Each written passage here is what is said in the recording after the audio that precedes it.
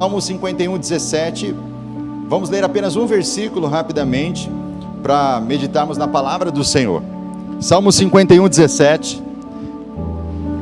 Diz assim a palavra do Senhor: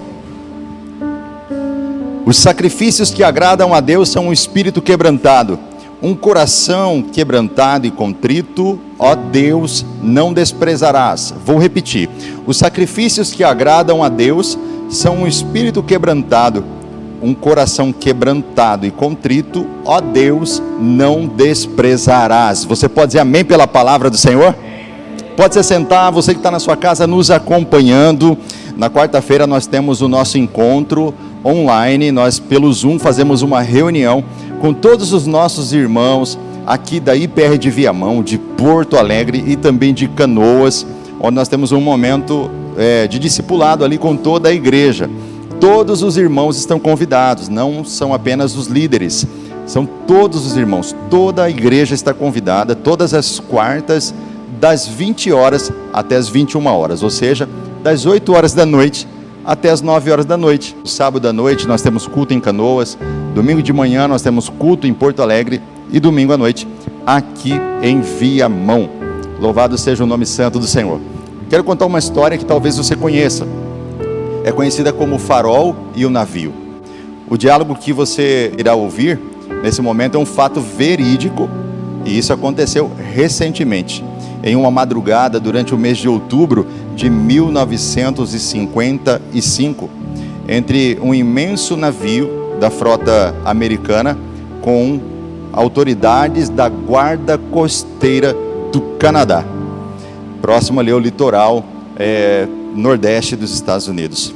Os militares americanos de alta patente iniciaram um diálogo educadamente com a Guarda Costeira do Canadá e disseram assim: por favor, alterar o seu curso para 15 graus ao norte, no sentido de evitar uma colisão com a nossa embarcação. Os oficiais canadenses responderam rapidamente: recomendo vocês mudarem o curso para 15 graus ao sul. A frota americana ficou muito brava e disse assim: o seu capitão, aqui é o capitão de um navio da frota americana. Repito, mude o seu curso. Mas o oficial canadense insistiu: não, mude você o seu curso. O negócio começou a ficar sério. E o capitão americano berrou no microfone dizendo assim: este é o porta-aviões USS Lincoln, o segundo maior navio da frota americana no Atlântico. Estamos acompanhados de 3 destroyers, 3 fragatas e numerosos navios de suporte. Eu exijo que mudem o curso a 15 graus para o norte agora, ou então tomaremos medidas imediatas para garantir a segurança do nosso navio. Então o oficial canadense, ao ouvir isso, sem se abalar, respondeu o seguinte: senhor, aqui é um farol, eu recomendo que mude o seu curso, ou então você vai bater nas rochas. A verdade é que o capitão expressa essa história do capitão americano que observou um farol ali, uma luz, e pensou que era um outro navio, mas era um farol. A arrogância que muitas vezes ofusca o brilho dos nossos navios, o brilho da nossa vida. Quantas vezes nós estamos dispostos a criticar as ações dos outros? Quantas vezes exigimos mudança de comportamento nos outros? Mude você, Canadá, não mude você, Estados Unidos. A gente está sempre disposto a cobrar mudanças nas pessoas que estão próximas a nós, e talvez sejamos nós mesmos que precisamos mudar o curso para não bater no farol.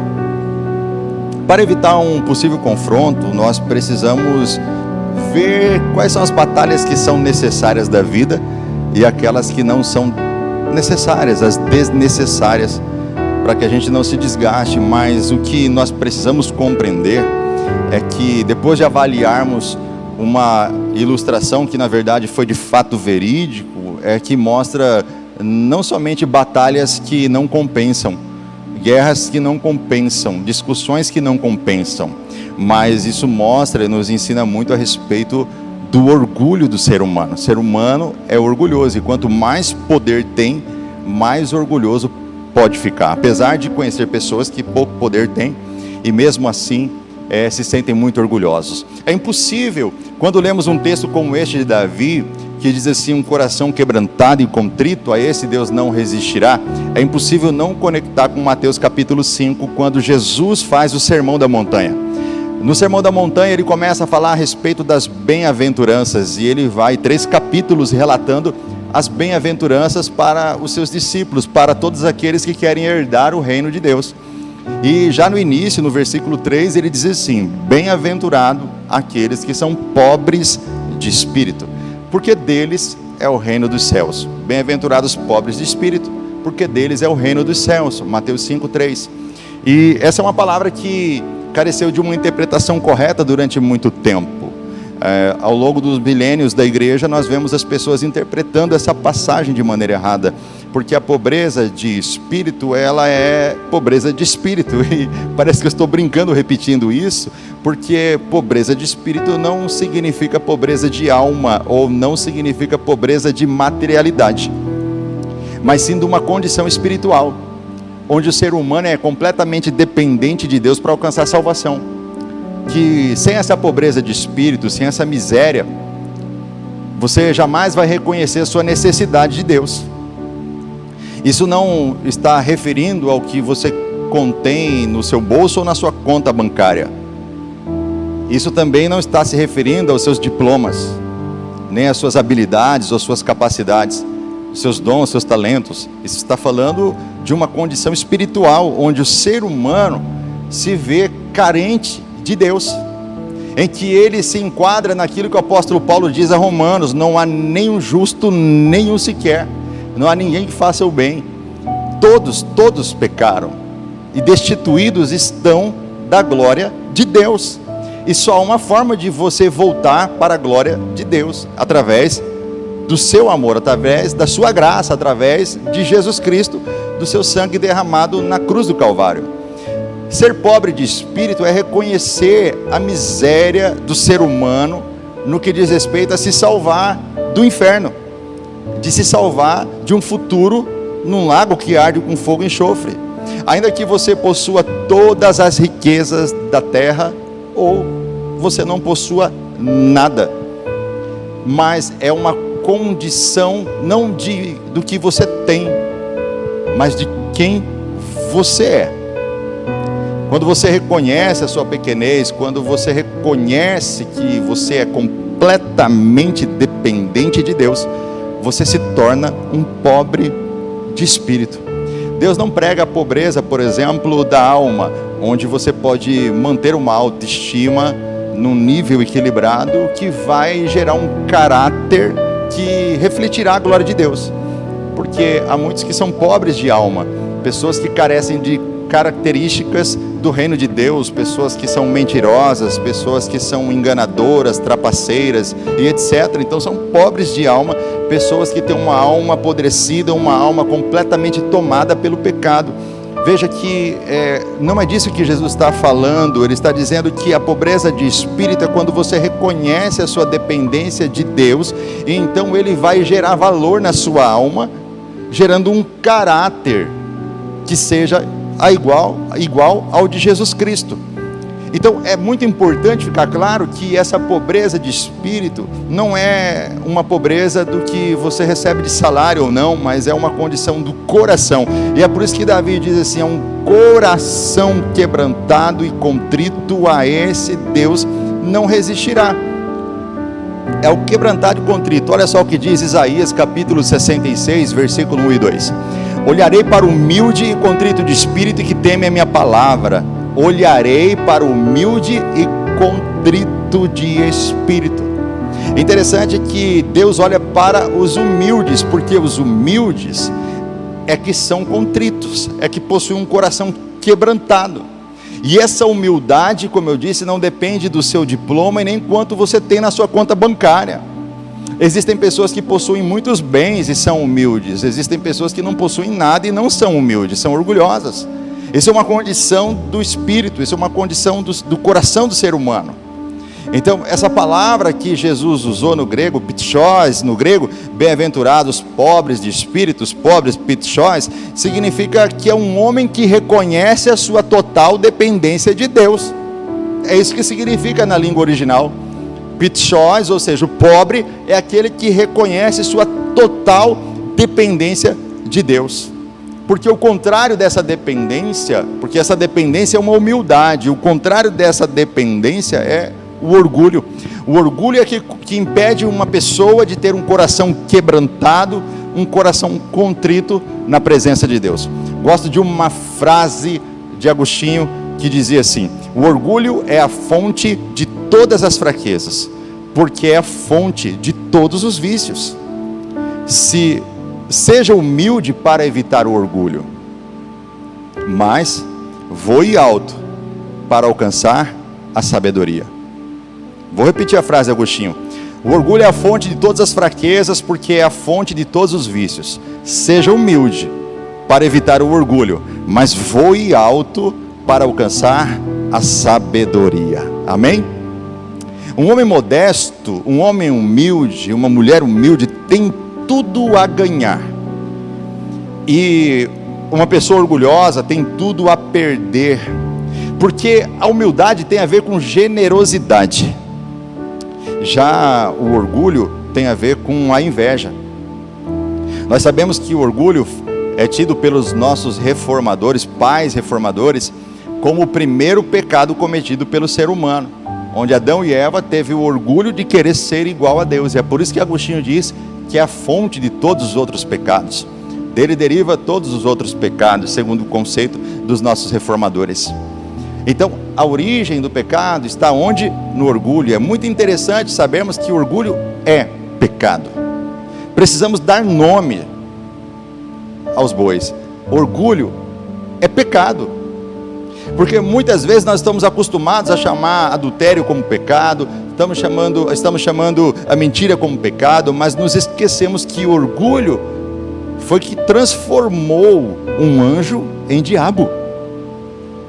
O orgulho foi o que fez com que uma família feliz fossem expulsos do jardim.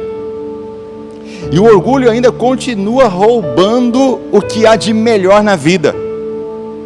O orgulho continua tirando a paz do casamento, continua tirando a paz da igreja, continua tirando a paz dos relacionamentos entre pais e filhos, continua fazendo com que pessoas que deveriam perdoar e serem perdoadas não perdoem, pessoas que deveriam dizer eu te amo não digam, tudo por causa do orgulho. É por isso que o orgulho e a arrogância, a insolência e a brutalidade caminham juntas. Porque o orgulho é a raiz de todos os pecados. E com certeza a grande barreira para uma vida de bem-aventuranças, uma vida abençoada, conforme Jesus disse lá, bem-aventurado ou abençoado a grande barreira para uma vida abençoada é um homem e uma mulher orgulhosos nos seus comportamentos e dificilmente receberão qualquer bênção de Deus. Agora, o Salmo foi escrito por Davi, e a história de Davi é a história de um homem segundo o coração de Deus, que está relatando que a um coração quebrantado e contrito, a este Deus não resistirá. Mas é preciso saber que Davi também já cometeu o pecado do orgulho algumas vezes. E uma das vezes que é muito interessante nós sabemos aqui está em 1 Crônicas, capítulo 21, do versículo 1 a seguir, nós temos um relato de que Satanás se levantou contra Israel e incitou a Davi a levantar censo em Israel. Levantar censo é contar o número de soldados, contar o número de moradores que eles possuíam, de cidadãos, assim como o IBGE faz aqui no Brasil. E a palavra diz que foi o diabo quem fez isso, e Davi deu essa ordem ao seu general Joabe, para que ele fizesse isso, mas Joabe ficou temeroso, sabendo que aquilo não seria bom aos olhos de Deus.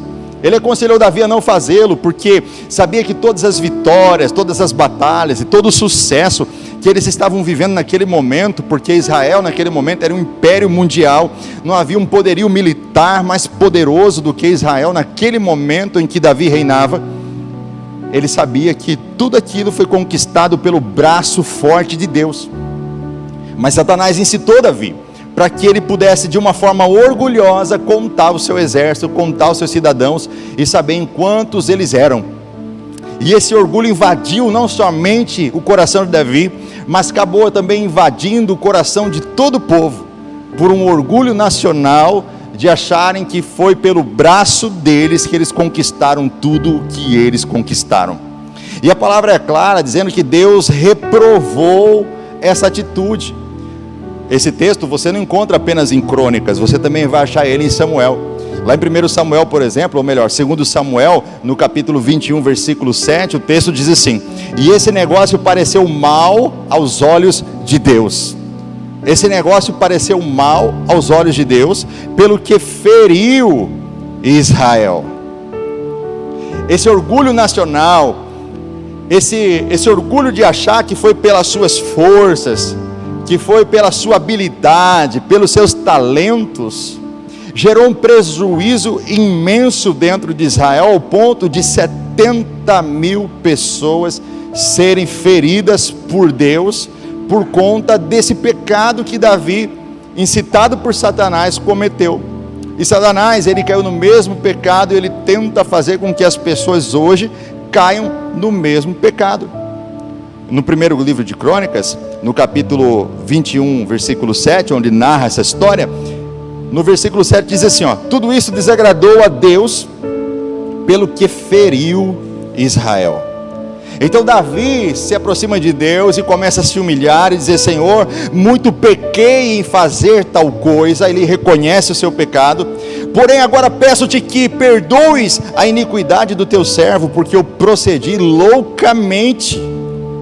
Então o profeta Gade, o vidente, é enviado por Deus até Davi, para que falasse com ele, e ele disse assim: escolhe o que queres, ou escolha o que queres, ou 3 anos de fome, ou 3 meses que seja consumido diante dos teus adversários, e a espada de teus inimigos te alcance, ou que por 3 dias a espada do Senhor, isto é, a peste na terra, e o anjo do Senhor causem destruição em todos os territórios conquistados por Israel. 3 opções. A primeira opção é que 3 anos de fome. A segunda é 3 meses sendo consumido pelos seus adversários. E a terceira, que o anjo do Senhor enviaria uma praga por 3 dias para matar as pessoas. 3 meses, 3 dias, 3 anos. Deus então envia e fala para ele escolher, e o que ele escolhe, ele disse assim: é melhor cair na mão do meu Deus, que tem misericórdia, do que cair na mão do inimigo. Mais uma atitude orgulhosa. 70 mil homens foram feridos, e Davi vai clamar ao Senhor e pedir por misericórdia, para que Deus parasse de ferir com o anjo aquela praga, aquela peste que estava sendo lançada no povo. 70 mil pessoas morreram por uma praga, e só cessou porque Davi foi lá se humilhar e pedir para Deus: eu já entendi, eu fiz besteira de novo, eu fiz bobagem de novo, eu de novo agi orgulhosamente. A melhor escolha deveria ter sido cair na mão dos meus inimigos, porque eles são fracos. Nenhum deles teria a capacidade de causar o prejuízo que está sendo causado agora. Nós aprendemos uma grande verdade aqui: Deus é o nosso melhor amigo, mas Deus pode se tornar o nosso pior inimigo. Davi sabia disso, porque Deus ajudou ele a vencer todos os inimigos da região. Aqueles povos pagãos, aqueles povos que adoravam outros deuses, que sacrificavam vidas, que matavam crianças em sacrifícios a Moloque, que abusavam das mulheres e sacrificavam elas todas para sacrifício aos outros deuses. Aqueles povos, quando eram castigados por Deus, eram castigados através de Davi. O detalhe é que agora Davi está forte, mas no começo Davi era fraco. Davi tinha um exército pequeno, somente os soldados da caverna de Adulão. Então Davi sabia que pelo seu braço ele não venceria aqueles povos vizinhos. Para vencer aqueles povos precisava da ajuda de Deus. E é por isso que é muito comum você ver Davi sempre consultando ao Senhor antes de sair para a guerra. Davi sempre consultava ao Senhor antes de ir à guerra. E ele não consultava através de profeta, ele tinha uma intimidade tão grande com Deus que ele consultava sozinho. Obrigado, Sinara. Ele mesmo consultava a Deus e Deus respondia: vai, Davi, pode entrar nessa batalha. Não, Davi, não entre nessa batalha. E Davi obedecia, entrando ou não entrando nessa batalha. A verdade é que aqueles povos que estavam ali na região não tinham o menor poder bélico para poder causar tamanha destruição em Israel. O que Davi fez foi orgulhosamente dizer: olha, é o seguinte, é melhor ser tratado aqui por Deus, dentro da minha casa, sem meus inimigos verem, porque se eu cair na mão dos meus inimigos, eu que nunca perdi uma guerra para ninguém, vou perder a primeira, e ainda vou ficar todos esses tempos aí, 3 meses nas mãos desses caras. Não vou dar o gostinho dessas pessoas obtiverem uma vitória sobre a minha vida, terem uma vitória sobre mim. Não aceito isso, prefiro cair na mão de Deus, que é misericordioso. Mas ele não estava tanto olhando para a misericórdia de Deus, ele estava observando, na verdade, o orgulho que ele tinha de nunca ter perdido uma batalha. Deus é o nosso melhor amigo, mas pode ser o nosso pior inimigo quando nós transgredimos. Porque Deus perdoa, e Davi vem e se humilha diante do Senhor, e Deus perdoa. Mas o que nós precisamos entender é que as consequências ficam. A maioria das vezes nós queremos o perdão de Deus diante de erros que nós obtivemos, mas esse perdão não é tão valorizado por nós. A grande realidade que o ser humano está procurando é se livrar das consequências. Quantos aconselhamentos de casais que eu já fiz, onde o esposo ou a esposa que havia cometido uma traição, quando chegavam para pedir aconselhamento: pastor, me ajuda a restaurar meu casamento, eu ajudava a restaurar o casamento e ministrava perdão entre os dois, e então, uma semana depois voltavam. Por quê? Pastor, porque a mulher ainda lembra que eu traí ela.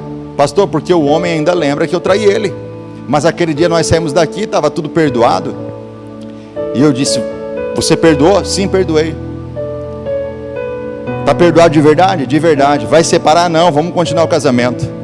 Então o que está acontecendo? Pastor, mas não é de uma hora para outra assim que as consequências serão apagadas.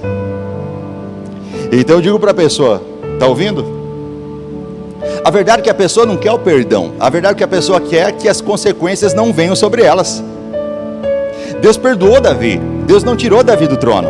Deus não disse que tiraria ele, ou que quebraria a promessa com ele, que não daria a ele um descendente.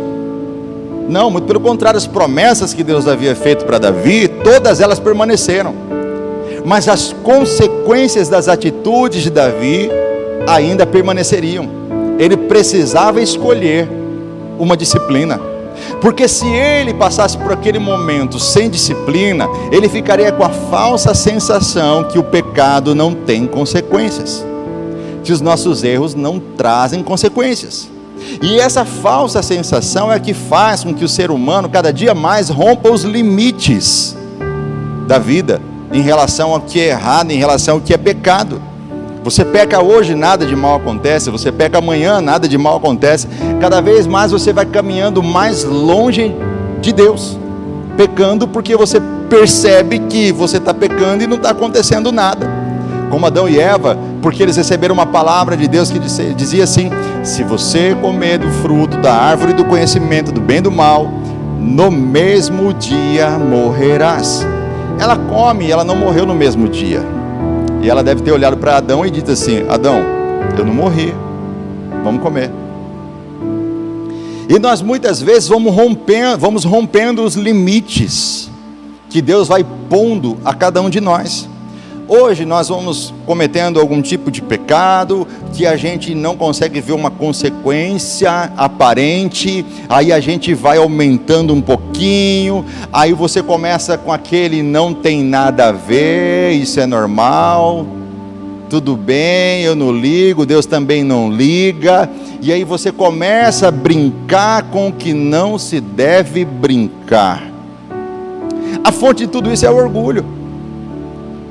O orgulho de achar que você pode, de que você consegue viver algo longe de Deus e que você vai ser feliz longe de Deus.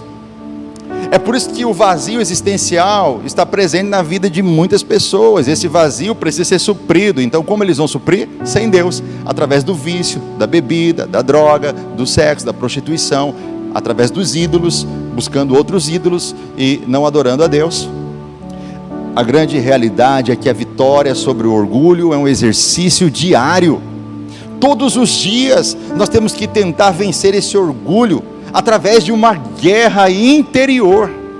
Porque esse orgulho quer que nós permanecemos sempre arrogantes, firmes, nós nunca retrocedemos, estamos sempre dispostos a estar certos diante de todas as situações e circunstâncias e de todas as pessoas. E muitas vezes nos posicionamos como aqueles que sabem tudo, que tem a resposta para tudo, que está certo em tudo, que nunca dá o braço a torcer por nada. Quantos casais eu aconselho e muitos deles têm dificuldade de pedir perdão. Eles brigam, ficam uma semana, um mês, 2 meses. Uma vez aconselhei um casal que ficou 7 meses sem se falar, 7 meses na mesma casa, sem ter qualquer tipo de relacionamento, 7 meses. E o homem estava desesperado, me procurou e a gente consertou, por causa do orgulho do coração. Uma pessoa orgulhosa, ela está sempre caindo, porque a palavra diz isso: o orgulho precede a queda. O orgulho sempre vai preceder a queda. Davi faz uma oração e diz assim: eu estou em grande angústia, caia eu, pois, nas mãos do Senhor, porque são muitíssimas as suas misericórdias, mas que não caia nas mãos dos homens. Olha a frase final: mas que não caia nas mãos dos homens. Olha a preocupação dele, gente. Não queria cair nas mãos dos homens. E nós muitas vezes não queremos nos submeter aos homens. Quantas vezes você já viu aquelas pessoas que dizem assim: eu sirvo a Deus, eu não sirvo ao homem? Olha a arrogância, olha o orgulho.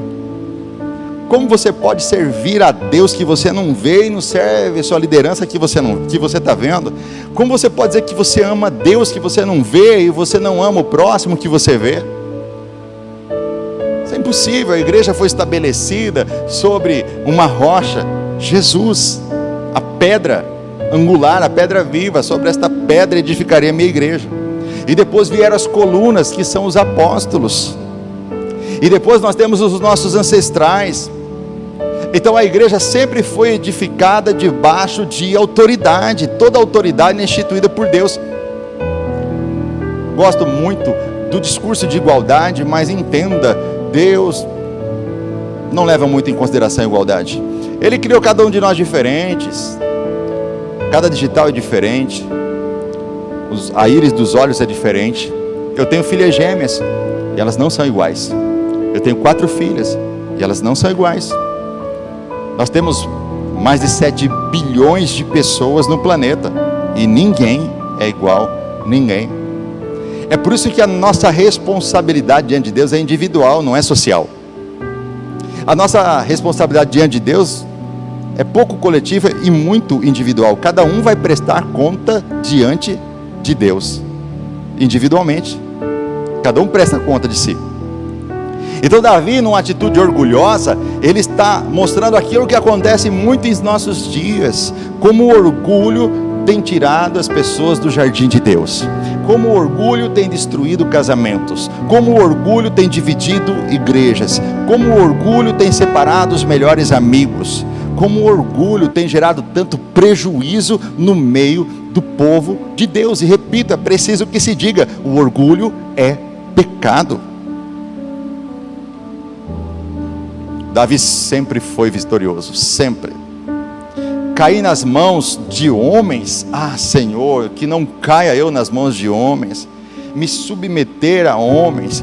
Muitas vezes Deus pode até colocar pessoas simples sobre a sua vida, pessoas simples exercendo liderança no seu trabalho, na sua vida, para testar a sua humildade, para provar o seu coração, se ele é um coração humilde. Deus cerca a gente de pessoas estrategicamente para moldar o nosso coração num coração quebrantado e contrito, porque é esse que ele não vai resistir.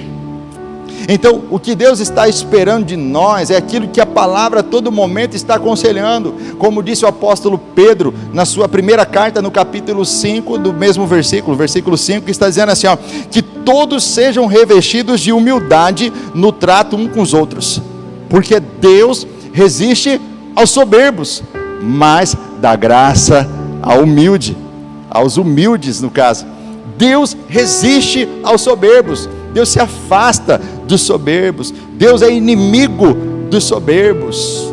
A palavra diz que Deus abate o orgulhoso, Ele abate o soberbo.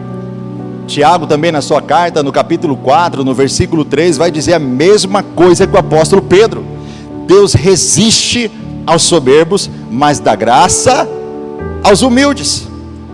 A principal conversão que precisa acontecer na sua vida, a principal conversão que precisa acontecer na minha vida, nas nossas vidas, é de deixarmos de ser orgulhosos. Quem pode dizer amém por isso?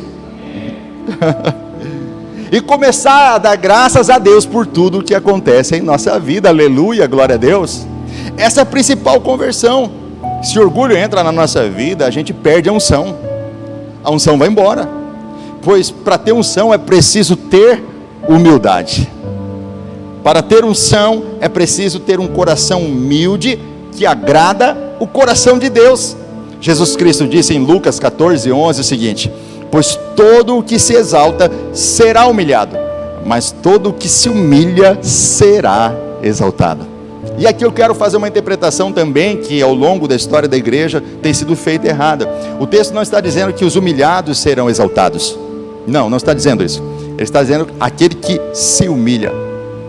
Aquele que se humilha não se trata de um agente passivo, de você ser humilhado, mas de você se humilhar. Você é o agente ativo, você é o causador dessa ação, é você que está na atividade. É eu que me humilho e não sou humilhado. Ele não está dizendo que os humilhados serão exaltados, ele está dizendo que se você se humilhar, você será exaltado.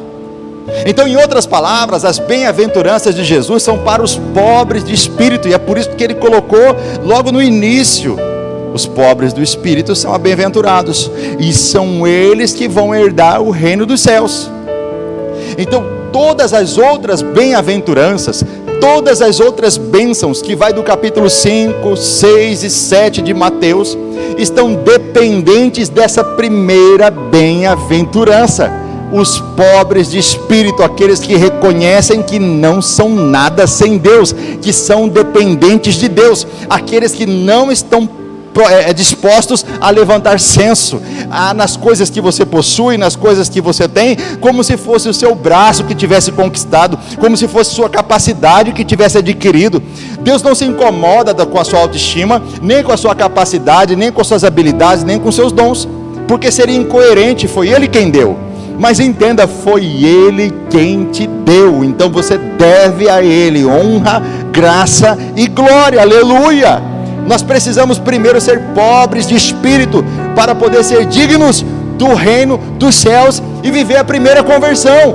Não adianta você querer mudar áreas da sua vida sem primeiro tratar o seu orgulho, sem primeiro tratar o seu coração, sem primeiro que você adquire essa pobreza de espírito, sem que primeiro você se humilhe, sem que primeiro você tenha um coração quebrantado e contrito. É por isso que você é crente há muitos anos e anda nervoso dentro de casa, nervosa dentro de casa. Vai na casa do crente, é uma gritaria total, é todo mundo brigando com todo mundo. Por quê? Por causa do orgulho. O orgulho vai gerar esse nervosismo, essa impaciência, essa arrogância.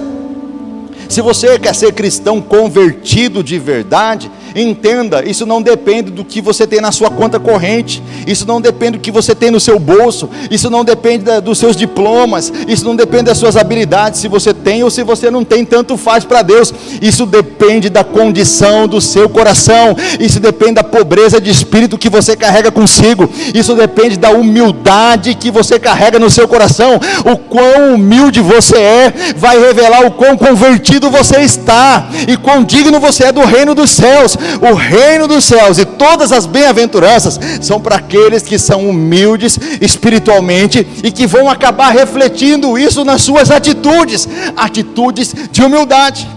Eu disse para vocês que Tiago, ao dizer Deus resiste aos soberbos, mas dá graça aos humildes, você tem que se lembrar que ele fez um pedido para Jesus através da sua mãe. Ele e o irmão dele, João, chegaram até Cristo um dia e disseram: Senhor, permita-nos que nos assentemos um à sua direita e outro à sua esquerda.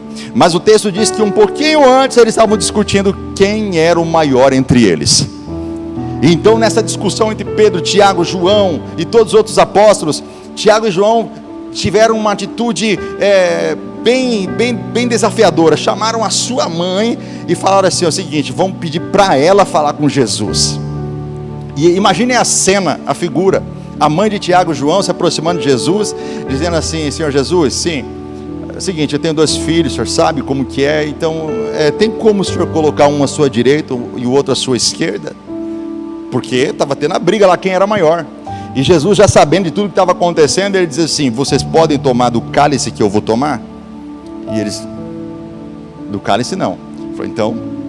E o cálice está se referindo à cruz. Você sabe, Jesus, antes da cruz, ele disse: Pai, se for possível, passa de mim este cálice, todavia seja feita a vontade do Senhor. O cálice da ira de Deus foi derramado sobre Jesus, e Tiago e João queriam ficar um à direita e outro à esquerda. Mas quando eles perceberam que era da cruz,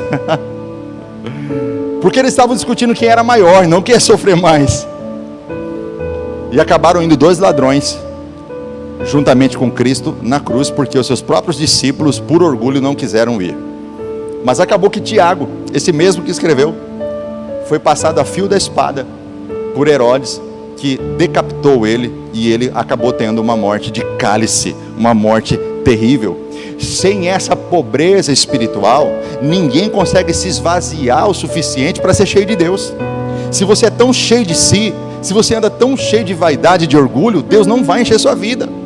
É preciso que você entenda o que Jesus disse para eles, os discípulos, quando ele disse: podes beber do cálice? Não. E ele disse: se você quiser ser o maior, então sirva, porque no reino o maior é quem serve. No reino o maior é quem serve. E você nunca poderá servir sem humildade, sem você se esvaziar de si mesmo, para que você seja cheio de Deus. E só depois que somos vazios de nós mesmos, do nosso ego, do nosso eu, da nossa vontade, a gente começa então a se encher da graça, do amor e da misericórdia de Deus. Para os seus discípulos, Jesus dá um conselho muito importante que eu quero passar para vocês hoje. Mateus 11, 29, ele diz assim: aprendei de mim, que sou manso e humilde de coração. Aprendei de mim, que sou manso e humilde de coração. Isaías 57, no versículo 15, o profeta vai dizer assim, ó: porque assim diz o alto, o sublime, que habita a eternidade, o qual tem o nome de santo: habito no alto e santo lugar, mas habito também com o contrito e abatido de espírito, para vivificar o espírito dos abatidos e vivificar o coração dos contritos. Eu habito, em outras palavras, em 2 lugares. Eu habito no alto e santo monte, eu habito no alto e santo lugar, mas também habito nos corações daqueles que são quebrantados e contritos. E é por isso que Davi diz: a este Deus não resistirá. A grande realidade é que isso na prática pode ser visto. Quantas vezes você foi orar e você sentiu resistência? Quantas vezes você foi pedir para Deus algo e você sentiu resistência? Você foi orar por cura e parece que a sua oração não passava do teto. Você ia pedir por um milagre e parece que a sua oração era vazia, ninguém ouvia. Você já teve a sensação de ser resistido por Deus? Saul, o antagonista de Davi, teve. Deus resistiu a ele e disse assim: eu reprovei Saul e aceitei Davi. Então quando Davi ia consultar ao Senhor, o Senhor não resistia, porque Davi ia com humildade, Deus aceitava. Mas quando Saul fazia isso, Deus resistia. E nos nossos dias, por causa do orgulho e por causa da soberba, Deus tem resistido a muitos. E não pense você que Deus também não resistiu a Davi, porque nesse momento, mesmo Davi pedindo, as consequências vieram. Deus resistiu a ele, deu as consequências, deu a disciplina, não com a intenção de humilhar, não com a intenção de matar ou destruir, mas com a intenção de corrigir, para que esse erro nunca mais pudesse ser cometido, porque ele foi incitado por Satanás. E muitas pessoas hoje são resistidas na igreja, são resistidas por Deus, porque Deus resiste ao soberbo, mas dá graça aos humildes. Se você está precisando de graça no seu casamento, Você está precisando de graça na sua família. Você está precisando de graça nas suas finanças. Você está precisando de graça no seu ministério. O grande segredo do milagre que você precisa está num coração quebrantado e contrito, porque a este Deus não resistirá. Ele resiste ao soberbo, ele abate ao soberbo, e não importa quem seja, se é crente ou se não é crente, é soberbo, Deus resiste, mas Ele sempre está disposto a dar graça ao humilde, e não é graça no singular, é graças ao humilde. Ele deu graças a Davi, quando Davi finalmente se humilhou diante do Senhor, em sinceridade, sem se preocupar com a opinião dos outros, porque o orgulhoso está sempre preocupado com a opinião dos outros, o que os outros vão pensar. Ele está no culto, o Espírito Santo está tocando nele, e ele está cheio do fogo, do fervor de Deus, e ele fala assim: eu não vou orar aqui em voz alta, porque que será que os outros vão pensar? Então ele está sempre preocupado com o que os outros vão pensar. Olha, Deus colocou no meu coração que eu tenho que ser um cantor, eu tenho que cantar para Jesus, eu tenho que louvar a Deus, eu tenho que ser um levita, mas se eu subir naquele altar, o que será que os outros vão pensar? Isso é orgulho. O orgulho está bloqueando o seu ministério, o orgulho está bloqueando a sua vida. Aí Deus vem com você no dia do culto e fala com você: meu filho, eu quero que você hoje apresente uma oferta para mim, porque Deus não quer a oferta, Deus quer o ofertante. Mas a melhor forma de provar que o ofertante pertence a Ele é quando o ofertante diz que a oferta não vale nada para ele mesmo e que é tudo para Deus. Então eu entrego a minha oferta porque eu mostro que minha oferta não é nada para mim diante do meu Deus, então eu não tenho problema com dinheiro. Aí você vai lá, e você vai pegar a oferta, e você abre o bolso, e tem uma nota de 100, e tem uma nota de R$2. Aí o Espírito Santo fala no seu coração: dá de 100. Aí você fala assim: está repreendido, Satanás, em nome de Jesus, é o de 2 que eu vou dar. Tá. Então nós estamos sempre preparados para resistir a Deus, através do nosso orgulho, e é por causa disso que Deus também resiste aos orgulhosos, aos soberbos. Se nós queremos ser aceitos por Deus, nós precisamos ser quebrantados e contritos. Nós precisamos reconhecer nossa miséria. Nós precisamos reconhecer que sem Ele nada somos e nada podemos fazer. Por Ele nós existimos, por Ele nós nos movemos. Está em mim e eu em vós. Se vós estiverdes em mim e eu estiver em vós, pedirei tudo o que quiserdes e vos será feito. Então quando nós estamos nele, nós só podemos estar em humildade, em reconhecimento da nossa pequenez, da nossa miséria, do quão pecadores somos, do quão falhos somos. O milagre vem para homens e mulheres, como aquela mulher Cirofenícia, que se humilhava diante de Jesus, e ele disse assim: não é bom dar da mesa para os cachorrinhos. E se ela fosse uma mulher orgulhosa, ela levantaria dali mesmo, na mesma hora, e falava assim: perdi meu tempo vindo atrás desse homem que está me humilhando aí, me chamando de cachorrinho. Mas ela vem com muita humildade diante de Jesus e diz assim: mas os cachorrinhos também comem das migalhas que caem da mesa dos seus senhores. E Jesus olha para ela e fala assim: mulher, nunca vi uma fé dessa nem mesmo em Israel. Vai que a tua filha está sarada. E a Bíblia diz que no mesmo momento em que Jesus liberou a palavra, a filha dela tinha sido salva lá também, lá na Fenícia, de onde ela tinha vindo. É porque esse quebrantamento de coração é um rompimento com a nossa própria vontade. Esse quebrantamento de coração é um rompimento total com o nosso egocentrismo. Quando nós somos quebrantados de coração, nós reconhecemos que nós somos dependentes de Deus. Nós mandamos embora toda a independência que achamos que temos. Por que você acha que as pessoas estão por aí sem Deus? Porque elas se acham independentes de Deus. Isso é orgulho. E esse orgulho as afasta de Deus. Mesmo que elas entrem num local onde Deus está se manifestando, elas terão dificuldades de sentir a presença de Deus, porque elas resistem a Deus e Deus resistem a elas. J.N. Darby diz assim: o orgulho é o pior dos males que podem nos sobrevir. De todos os inimigos que nós temos, ele é o que morre com mais dificuldade. De todos os inimigos que nós temos, ele é o que morre com mais dificuldade. Quem sabe eu esteja ministrando aqui nessa noite para pessoas humildes, mas quem sabe também daqui a algum tempo, vendo essa pregação, essa mensagem, esse vídeo, eu estou falando com alguém, com uma pessoa que se sente muito orgulhosa. Ela é humilde para reconhecer o seu orgulho. ela tem muita dificuldade de se humilhar para as pessoas que ela ama, de se humilhar até mesmo para a sua liderança. Quem sabe eu esteja falando para pessoas que carregam um orgulho muito grande no seu peito e por causa disso tem a grande dificuldade de aceitar a instrução de Deus, a instrução da palavra de Deus, a instrução da sua liderança, dificuldade de aceitar a correção dos seus pais, filhos que carregam um orgulho tão grande no peito que possuem uma grande dificuldade de serem corrigidos pelos seus pais. A promessa do Senhor para os últimos dias é que o coração dos filhos se converteria ao coração dos pais e vice-versa.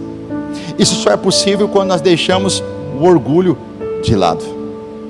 Quando Deus fala com a gente, quando Deus quer nos instruir, Ele nos instrui para o nosso bem. Deus não é aquele que está zangado com o seu sucesso, com as suas vitórias. Deus não é aquele ser ranzinza, ciumento. Não, muito pelo contrário. Ele se alegra em ver o bem dos seus filhos. Quando Ele te corrige, Ele não quer o seu mal, Ele quer o seu bem. Toda liderança de igreja deveria ser assim, e acredito que seja. Todas as vezes eu, como pastor, quando vou instruir ou disciplinar os membros, eu faço com a intenção de restauração e nunca de exclusão, nunca de exposição para humilhação, mas sempre de restauração para que essa pessoa se levante. Mas é necessário tratar também as consequências dos erros graves que nós cometemos, e no meio da disciplina, nós pastores encontramos muitas dificuldades de disciplinar os nossos membros, porque eles querem ser perdoados e a igreja prontamente libera perdão. Mas quando se trata da disciplina, há dificuldade, porque as pessoas pensam que perdão é ausência de disciplina, e perdão não é ausência de disciplina. Assim como nos dias de hoje as pessoas pensam que amar é permissão para fazer qualquer coisa errada. Você ama a pessoa, então você aceita ela do jeito que ela é, e você nunca vai contrariar ela em nada. E muito pelo contrário, quem ama quer o melhor para quem é amado. Quem ama quer sempre dar os melhores conselhos, quer mostrar sempre o melhor caminho, quer livrar a pessoa dos caminhos das pedras. Então a disciplina de Deus é igual à disciplina humana. Nós precisamos saber lidar com as consequências. Nós não temos que ter dificuldade alguma de entender que Deus nos perdoa de qualquer pecado. Só existe um pecado que Deus não nos perdoa: blasfêmia contra o Espírito Santo, que é um orgulho de não ouvir a voz do Espírito Santo. Mas Deus nos levanta de qualquer pecado. A igreja está sempre pronta para amar e perdoar qualquer pessoa por qualquer pecado. Não há dificuldades no meio do povo de Deus em amar, ou pelo menos não deveria, muito menos em perdoar. Não deveria haver no nosso meio, por exemplo, irmãos que carregam consigo mágoa um do outro e que não conversam durante muito tempo, porque estão cultivando um sentimento, uma raiz de amargura, e o orgulho tem impedido essas pessoas de quebrantarem o seu coração. Aqui entra a disciplina, e é preciso que você entenda. A disciplina entra em ação quando há dureza de coração. Davi havia pedido perdão a Deus. Ele disse: Senhor, eu pequei contra ti. Mas Deus sabia que no coração dele ele não estava verdadeiramente arrependido. Prova disso é que quando Deus propôs para ele 3 punições, ele escolheu uma que trouxe para fora de novo o orgulho que ele sentia. O perdão ele já havia recebido. A disciplina veio para combater um coração endurecido. Todas as vezes que você disciplina os seus filhos, você não disciplina os seus filhos porque você não ama eles. Você disciplina os seus filhos porque você está percebendo uma dureza no coração deles. E porque justamente você os ama, você precisa disciplinar para quebrantar o coração. E quando é que uma criança quebranta o coração? Quando ela chora, sim ou não? O papai e a mamãe vai lá e dá as varadinhas conforme a Bíblia diz. Não retire a vara do teu filho. E aí o que acontece com ele? Ele chora, amolece o coração, aí você pega no colo, aí está igual uma manteiga derretida. É assim ou não é? Mas há aqueles que mesmo levando a varada, como que eles ficam? Uma vez eu aconselhei uma criança que estava com dificuldade de obedecer aos seus pais, E os pais me contaram assim, que quando o pai ia disciplinar essa criança, dizia: meu filho, você está de castigo, não vale mais a pena bater nele, pastor, então eu vou colocar ele de castigo. Sabe o que eu faço? Eu coloco ele em pé, no canto da casa assim, para ele ficar olhando para a parede. Ele fica lá 1 hora, em pé, para poder disciplinar ele, porque já cansei de bater e ele não quebra o coração. Aí o menino disse uma vez assim: pai, eu estou em pé aqui, eu tô em pé aqui agora no canto da parede, mas no meu coração eu estou sentado aqui só para desobedecer ao Senhor. Dureza de coração. Dureza de coração só se quebra com disciplina. Davi foi perdoado, mas precisava aprender, através da disciplina, a nunca mais endurecer o coração, como ele foi incitado por Satanás. Quando a sua igreja disciplina você, a intenção pelo menos deveria ser nunca te expor ao ridículo, nunca te humilhar, nem queira matar a sua fé, mas sim quebrantar o seu coração. Quando você tem humildade suficiente para reconhecer que o que você está sofrendo hoje, você o está por causa dos seus erros do passado, você tem a humildade de dizer: Senhor, agora eu aprendi a lição que o Senhor queria me ensinar. Porque nós chegamos diante do Senhor e dizemos assim: Senhor, nos perdoe, me perdoa pelo meu erro, amém. Aí você sai daqui perdoado e você fala assim: bom, estou perdoado mesmo, nada mais vai acontecer comigo, nenhuma consequência. Ei, o ladrão da cruz pediu para Jesus para ir com ele. Jesus livrou ele do inferno, mas não livrou ele das consequências dos crimes que ele tinha cometido, ou seja, não o livrou da cruz. As consequências ele teria que passar, era necessário para a justiça, para se fazer justiça. E quando nós temos um coração endurecido, a disciplina de Deus é necessária na nossa vida, e ela só vem na nossa vida quando a gente não aprende com os nossos erros. Nós queremos o perdão, mas não queremos a disciplina. Davi aprende, e aqui eu quero encerrar. Ele aprende e ele termina dizendo assim: Senhor, olha, eu já descobri o segredo. Há um coração quebrantado e contrito, a este tu não resistirás. Aprendi a lição, nunca mais cair no mesmo erro. Está aprendido, vamos passar para a próxima fase. A humildade que Davi teve que aprender com Deus fez com que ele tivesse as chaves do reino. Olha só, as chaves do reino de Deus também é chamada de chaves de Davi. Eis que sou aquele que estive morto, mas ressuscitei, e tenho em minhas mãos as chaves de Davi, que abre e ninguém fecha, que fecha e ninguém abre. As chaves do reino foram agora batizadas pelo nome de Davi, por causa da humildade do seu coração, por ter aprendido essa lição. Entenda uma coisa: Deus resiste aos soberbos. Entenda uma coisa: uma mulher abençoada resiste a um marido soberbo.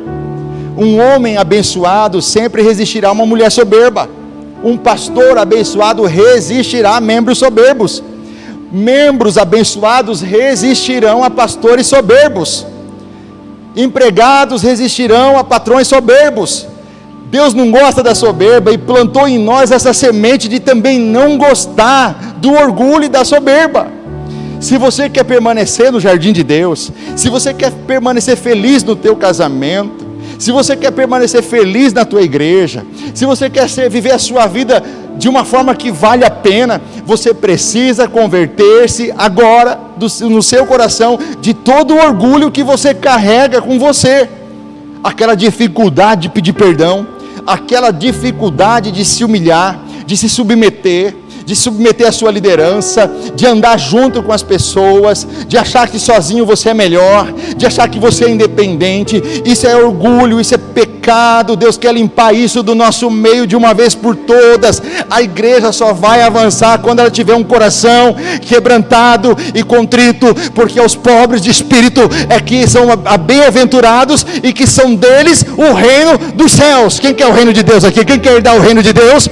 Então Deus está convidando você você para uma conversão do seu coração, para que toda arrogância, todo orgulho, toda soberba seja mandada embora. Não importa o seu dom, não importa o seu talento, não importa a sua condição financeira, não importa o seu grau de escolaridade, Deus rejeita você, independente do que você possui ou não possui, se você é soberbo, mas Ele está pronto para derramar graça sobre a sua vida, sobre a sua família, sobre a sua casa, porque você tem agido com humildade e com o coração quebrantado e contrito. Jesus disse: esse povo me honra com seus lábios, mas o seu coração está longe de mim. Mas eu declaro que aqui há pessoas que estão nos assistindo também, que estão com o coração perto de Deus. Deus não vai resistir a essa igreja, porque essa igreja aprendeu o valor de se humilhar na presença dEle. Não há um justo nenhum sequer. Não importa qual é o seu grau de escolaridade, não importa onde você já morou, onde você já viajou, não importa se você é tão inteligente assim, tão sábio, tão esperto. Deus não está se importando com isso. Deus está atento ao conteúdo do teu coração. Deus está sempre pronto a resistir aos soberbos, que estão sempre ali, como aquele publicano e aquele fariseu que foram orar. E quando o fariseu foi orar, ele disse assim: Senhor, graças eu te dou. Sabe por quê? Porque eu não sou como esses pecadores. Olha, Senhor, eu dou o dízimo, eu dou a oferta, eu faço o meu jejum, eu vou lá e ajudo meus parentes, eu faço. Então eu não sou como eles. E aí veio o publicano, pior de todos os pecadores daquela geração, era o publicano, porque ele cobrava impostos dos seus próprios irmãos, impostos abusivos. Por isso eles não gostavam de Zaqueu. Aí está lá o publicano, e ele ora e fala para Deus: Senhor, tem misericórdia de mim, porque eu sou pecador. E Jesus Cristo disse: de qual dos dois vocês acham que a oração foi recebida pelo Pai?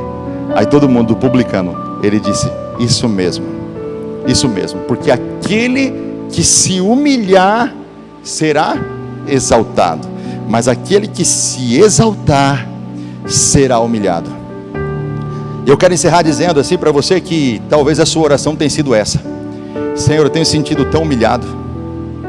Senhor, eu tenho me sentido humilhado na igreja, eu tenho me sentido humilhado nas minhas finanças, eu tenho me sentido humilhado no meu casamento, eu tenho me sentido humilhado no meu emprego, eu tenho me sentido humilhado na minha saúde. Eu me sinto humilhado. Se você está nesse momento de uma vida humilhada, é porque você ainda não venceu o orgulho. Porque se você tivesse vencido o orgulho, você teria se humilhado antes da humilhação chegar até você. Porque se você tivesse se humilhado financeiramente, a humilhação não teria chegado nas suas finanças. Se você tivesse se humilhado no seu casamento, a humilhação não teria chegado no seu matrimônio. Se você tivesse se humilhado com seus pais, a humilhação não teria chegado até você através desse vício que você está enfrentando. Se você tivesse se humilhado para seus filhos, eles estariam dentro da sua casa ainda hoje.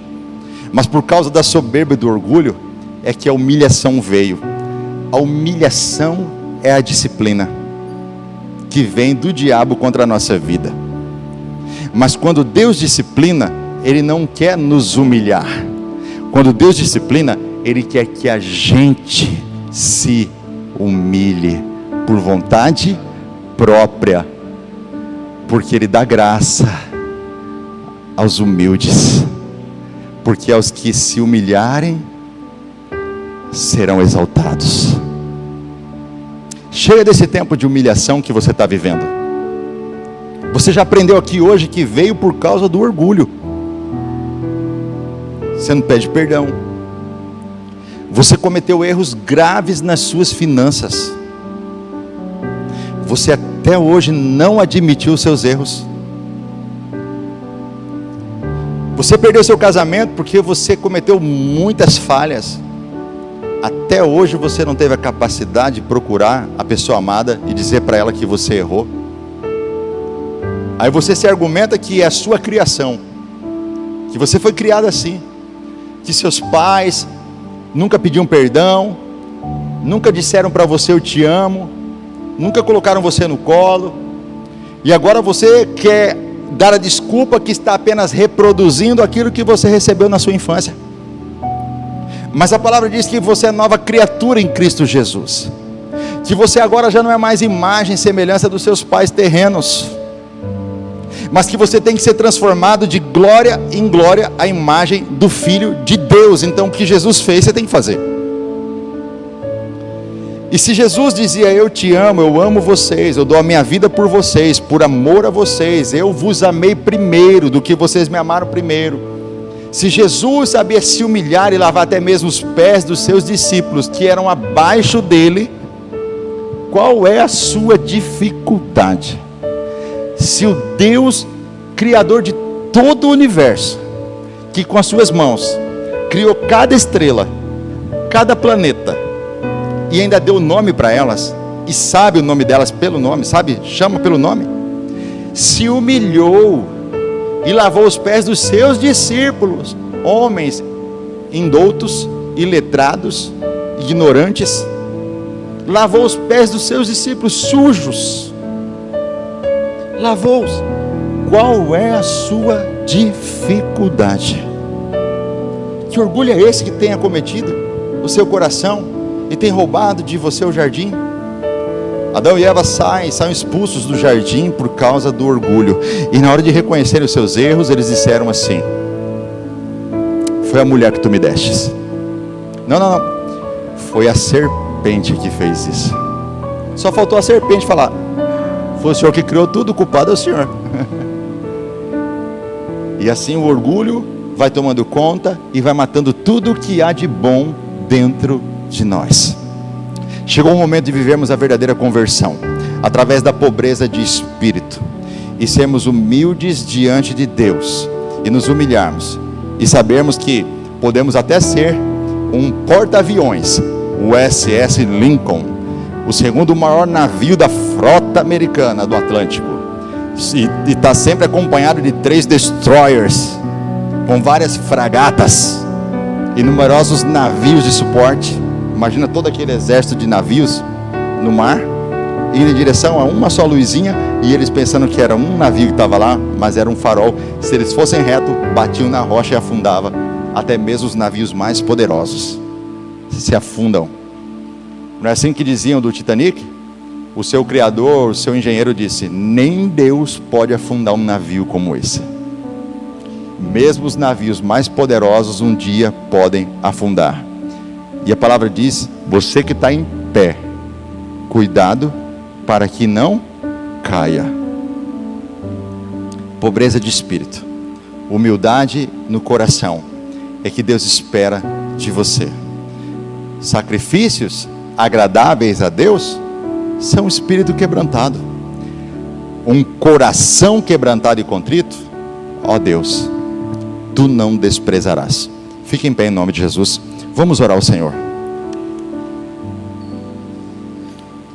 Vamos orar a Deus. Nós estamos combatendo toda forma de orgulho que tem roubado de nós a presença de Deus. Pessoas orgulhosas não costumam se importar com o que os outros pensam, não costumam se importar com os outros, na verdade. Acham que sozinhos podem viver e serem felizes. Mas Deus nos criou para viver em comunhão. Deus nos criou para viver em unidade.